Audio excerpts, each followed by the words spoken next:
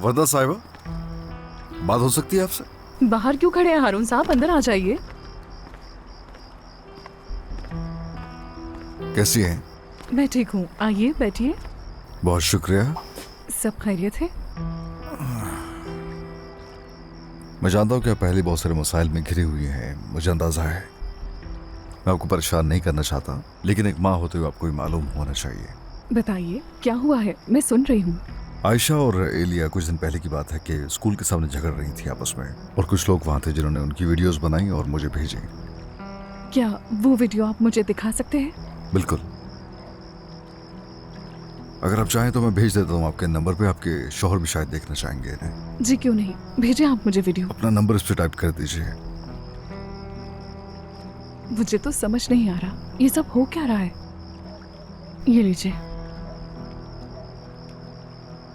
कुछ लोग ऐसे हैं जो पहले ही हमारे स्कूल के खिलाफ हैं और वो इन वीडियोस को इस्तेमाल करेंगे। पहले वो बहुत कुछ कर चुके हैं। वीडियो देखिएगा, आपको मिल गई? जी मिल गई। मैं कह रही हूँ तुम्हें आयशा, रुक जाओ। रुको आयशा, छूना मत मुझे, हाथ दूर करो अपना, दूर रहो मुझसे। अच्छा ठीक है, मैं तुम्हें हाथ नहीं लगा रही, चीख क्यों रही हो तुम? मुझे हाथ